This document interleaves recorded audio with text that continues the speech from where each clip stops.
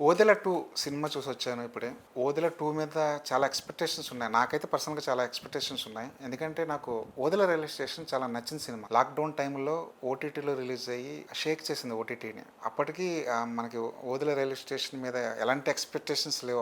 అప్పుడప్పుడు మనం ఓటీటీ కంటెంట్‌ని మెల్లిమెల్లిగా ఇష్టపడుతున్న రోజులు. 'హెబ్బా పటేల్', 'సంపత్ నంది' తప్ప ఎవరు తెలీదు. అయినా సరే ఓటీటీలో వచ్చి ఒక సర్ప్రైజింగ్ హిట్‌గా నిలిచింది. 3 ఏళ్ల తర్వాత 'ఓదెల 2' దీనికి సీక్వెల్‌గా ఒక ఫ్రాంచైజీగా 'ఓదెల 2'ని డిజైన్ చేశారు సంపత్ నంది. 'ఓదెల రైల్వే స్టేషన్‌లో స్టార్స్ ఎవరు లేరు. కానీ 'ఓదెల 2' వరకు వచ్చేసరికి తమన్నాని తీసుకొచ్చారు. టెక్నికల్ టీమ్ అనేది చాలా స్ట్రాంగ్‌గా తయారైంది. సంపత్ నంది ఈ ఈ సినిమాకి కథ, స్క్రీన్ ప్లే, మాటలు, దర్శకత్వ పర్యవేక్షణ కూడా ఆయనే చేశారు. ఆల్మోస్ట్ ఈ సినిమా సంపత్ నంది సినిమానే అనిపించింది. సంపత్ నందికంటూ ఒక బ్రాండ్ ఉంది. అతను మాస్ కమర్షియల్ సినిమాలను బాగా తీయగలడు. హిట్‌లో ఉన్న డైరెక్టర్. కాబట్టి కాంబినేషన్ పరంగా అన్ని రకాలుగా చూస్తే 'ఓదెల 2' ఖచ్చితంగా సర్ప్రైజ్ చేయబోతుంది మనల్ని అన్న నమ్మకాలతో థియేటర్‌లోకి అడుగుపెట్టాం. మరి ఎలా ఉంది ఈ సినిమా అంటే, ఈ మధ్య కాలంలో మనం చూసాం చాలా సినిమాల్లో హిందుత్వాన్ని బేస్ చేసుకొని ఆ ఎలిమెంట్స్‌ని కథల్లోకి జోడించి హిట్లు కొట్టిన సందర్భాలు కొన్ని చూసాం మనం. ఖచ్చితంగా 'ఓదెల 2' అదే ఫార్మాట్‌లో తయారైంది అని చెప్పడంలో ఎలాంటి సందేహం లేదు. ఈ సినిమా చూస్తుంటే మనకి చాలా సినిమాలు గుర్తొస్తుంటాయి, హిట్ సినిమాలు. 'అరుంధతి' గుర్తొస్తుంది, 'అఖండ' గుర్తొస్తుంది, 'హనుమాన్' గుర్తొస్తుంది, 'కార్తికేయ 2' కూడా గుర్తొస్తుంది. ఆయా సినిమాల్లో ఎలాంటి ఎలిమెంట్స్ అయితే ఆడియన్స్ని మెస్మరైజ్ చేశాయో అలాంటి ఎలిమెంట్స్ అన్నీ తీసుకొచ్చి 'ఓదెల' అనే ఫ్రాంచైజీకి దానికి లింక్ చేసి తీసిన సినిమానేమో అనిపిస్తుంది. కథగా మనం చాలా సినిమాల్లో చూసాం. దైవశక్తికి దుష్టశక్తికి మధ్య జరిగే ఒక పోరాటం. ఖచ్చితంగా ఇందులో దైవశక్తే గెలుస్తుంది, దుష్టశక్తి ఓడిపోతుంది అన్నది తెలుసు. దాన్ని ఎంత కమర్షియల్ రేంజ్లో, ఎంత విజువల్ ఫీస్ట్తో, ఎంత ఇంట్రెస్టింగ్ వేలో చెప్పారన్నదే 'ఓదెల 2'. 'ఓదెల' రైల్వే స్టేషన్ చూసిన వాళ్ళకి ఆ కథ మళ్ళీ ఒకసారి గుర్తు చేసుకుంటే అందులో ఒక తిరుపతి అనే క్యారెక్టర్ ఉంటుంది. తను చాలా దుర్మార్గుడు. అమ్మాయిలను రేప్ చేస్తాడు, పెళ్ళైన అమ్మాయిలను రేప్ చేస్తాడు. అలాంటి దుర్మార్గుడిని భార్య చంపేస్తుంది. చంపేసిన తర్వాత అక్కడ నుంచి 'ఓదెల 2' అనే కథ స్టార్ట్ అయింది. తిరుపతి అనే క్యారెక్టర్ని సమాధి చేస్తారు. సమాధి శిక్ష వేస్తారు తిరుపతి అనే క్యారెక్టర్కి. ఆ సమాధి శిక్ష వేయడం వల్ల ఊరి మీద మరింత ప్రతీకారం పెంచుకొని తను ఆత్మగా మారి ఆ 'ఓదెల' అనే గ్రామస్తుల్ని ఎలా భయభ్రాంతులకు గురి చేశాడు. ఇలాంటి ఊర్లోకి తమన్నా లాంటి ఒక శివశక్తి అమ్మాయి వస్తే ఎలా ఆ దుష్టశక్తిని ఎదుర్కొందన్నది కథ. కథగా చూస్తే ఒక ఫ్రాంచైజీని కంటిన్యూ చేయడానికి కావాల్సిన అన్ని కమర్షియల్ హంగులు ఈ కథలో ఉన్నాయి. సంపత్ అనేది చాలా కేర్ఫుల్ చేసుకుని ఏదైతే హిట్ మూమెంట్స్ ఉన్నాయో, ఏదైతే హిట్ సెంటిమెంట్స్ ఉన్నాయో అవన్నీ బాగా మేళవించి కథ రాసుకున్నారు. అంతవరకు బాగుంది. విజువల్గా ఈ సినిమా టాప్ నాచ్లో ఉంది. ఈ ఈ విషయంలో ఎలాంటి డౌట్ లేదు. 'Baahubali' range, 'triple R' range visuals expect చేయొద్దు. ఎందుకు టాప్ నాచ్ అంటానంటే, ఒక 20 కోట్లతో తీసిన సినిమా ఇంత క్వాలిటీ మేకింగ్, కొన్ని షార్ట్స్ చూస్తే ఆశ్చర్యం అనిపిస్తుంది. ముఖ్యంగా ఆ తిరుపతి అనే క్యారెక్టర్ పంచభూతాలతో మమేకమైన ఆ షార్ట్స్ చూస్తే వావ్ అనిపిస్తుంది. బహుశా ఇంత తక్కువ బడ్జెట్లో, ఇంత తక్కువ పరిమితమైన వనరులతో, ఇంత క్వాలిటీతో తీసిన సినిమా ఈ మధ్యకాలంలో రాలేదు. ఈ విషయంలో ఆ తర్వాత 'హనుమాన్' తర్వాత 'ఓదెల 2' అనేది చాలా తక్కువ బడ్జెట్లో మంచి క్వాలిటీ విజువల్స్ తీసుకురాగలిగారు. విఎఫ్ఎక్స్ అనేది ఎలా వాడుకోవచ్చు, ఎంత తక్కువలో మంచి క్వాలిటీ అవుట్పుట్ తీసుకురావచ్చు అనే విషయాన్ని 'ఓదెల 2' టీంని చూసి నేర్చుకోవచ్చు. కొన్ని విజువల్స్ చాలా చాలా ఆశ్చర్యపరుస్తాయి. ముఖ్యంగా ఆ క్లైమాక్స్లో శివుడు ప్రత్యక్షం కావడం, అంతకుముందు కొన్ని ఆ షార్ట్స్, ఆ ట్రాక్టర్ గాల్లోకి ఎగరడం, సైకిల్లో ఊరంతా తిరగడం, ఇలాంటి కొన్ని మూమెంట్స్ ఉన్నాయి. అవన్నీ చాలా బాగా హ్యాండిల్ చేశారు. విజువల్ పరంగా ఈ సినిమాకి వంక పెట్టలేం. టెక్నికల్ పరంగా చూస్తే అజనీష్ లోక్నాథ్ ఇచ్చిన బ్యాక్గ్రౌండ్ స్కోర్ ఈ సినిమాకి మెయిన్ పిల్లర్. అజనీష్ చాలా మ్యాజిక్ చేశాడు ఈ సినిమాలో. కొన్ని షార్ట్స్లో తన బ్యాక్గ్రౌండ్ స్కోర్ బాగా ఎలివేట్ చేసింది. కొన్ని చోట్ల ఆ సీన్లో పదును లేకపోయినా, ఆ సీన్ అంతా గొప్పగా లేకపోయినా, అజనీష్ బ్యాక్గ్రౌండ్ స్కోర్ వల్ల ఏదో ఉంది ఈ సినిమాలో, ఏదో ఉంది ఈ సీన్లో అన్న ఇంపాక్ట్ అయితే ఆడియన్స్లో కలుగుతుంది. కెమెరా వర్క్ బాగుంది, ఆ విజువలైజేషన్ బాగుంది.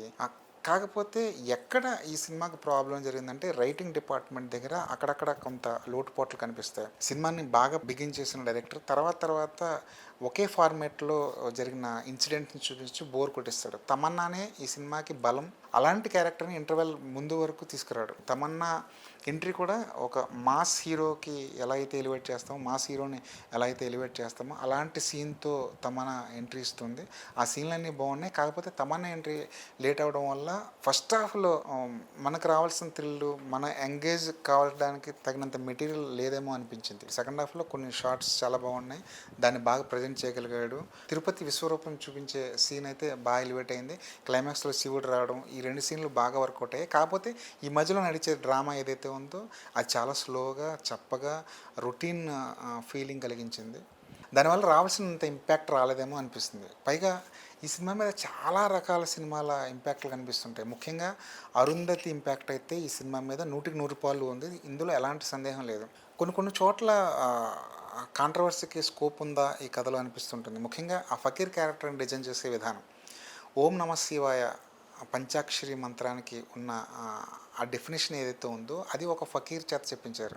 ఒక ముస్లిం క్యారెక్టర్ చేత ఓం నమ శివాయ అనే పదానికి అర్థం ఒక ముస్లిం క్యారెక్టర్ చేత చెప్పించడం అనేది కోర్స్ ఇది ఒక మంచి థాట్. దేశంలో సౌభ్రతత్వం ఉంది, అన్ని మతాలు సమానంగా ఆదరింపబడతాయి, లేదంటే పరమత సహనం మనకు చాలా ఉంది అని చెప్పడానికి ఈ సీన్ చాలా బాగా ఉపయోగపడుతుంది. కాకపోతే ఇక్కడ డైరెక్టర్ అనేవాడు ఎక్కువ లిబర్టీ తీసుకున్నాడేమో అనిపిస్తుంది. ఈ సినిమాలో ఒక సీన్ గురించి మనం పర్టికులర్గా మాట్లాడుకోవాల్సిన అవసరం ఉంది.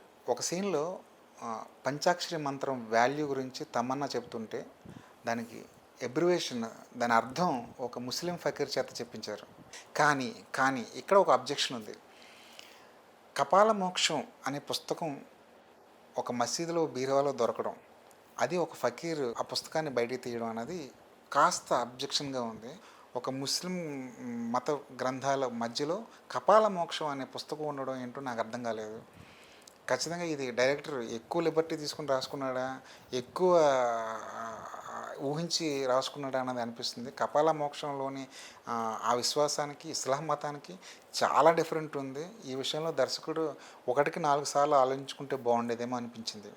శివుడు పరమశివుడే పైనుంచి దిగివచ్చి ఒక దుష్టశక్తిని సంహరించాలంటే ఆ దుష్టశక్తి ఇంకెంత స్ట్రాంగ్గా ఉండాలి. శివుడే వస్తే తప్ప ఒక వినాశన ఒక ఒక దుష్టశక్తి ఇక్కడ నశించదు అనుకుంటే ఆ శక్తిని ఇంకెంత భయంకరంగా ఇంకెంత గొప్పగా చూపించాలి.